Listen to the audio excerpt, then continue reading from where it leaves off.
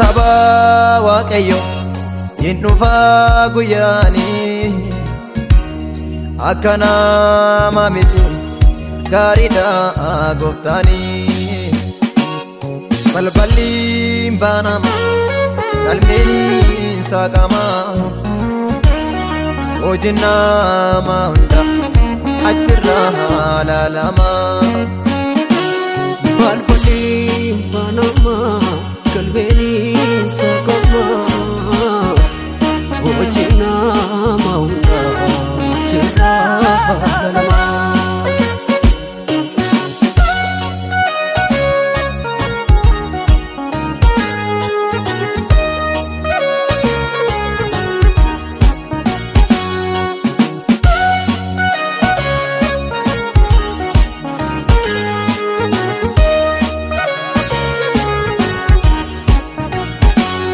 waaqayyo hin dhufa galmeessa baattate hojii nama hunda harkatti qabate wanti biyya nafa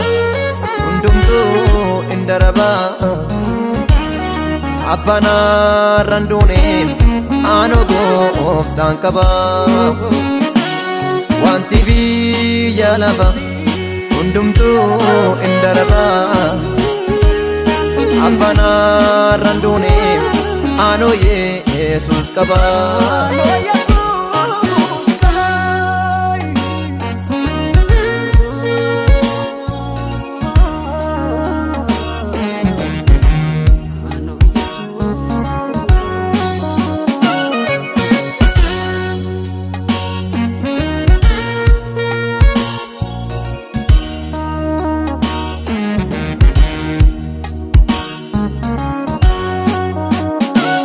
warridu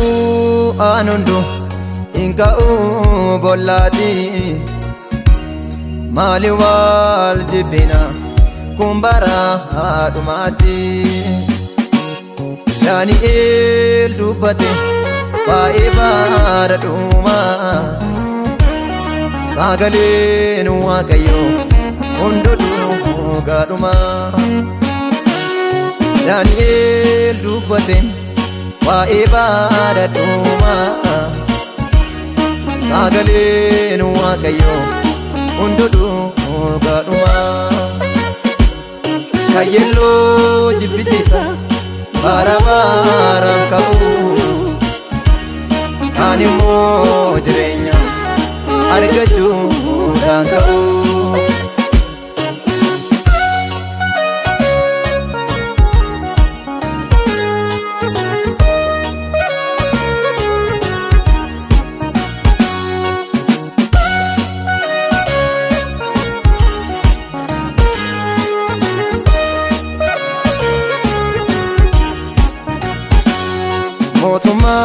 Motuma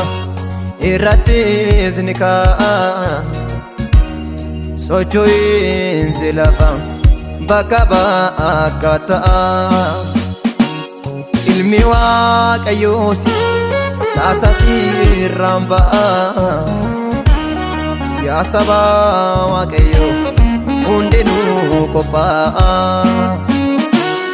ilmi waaqayyoos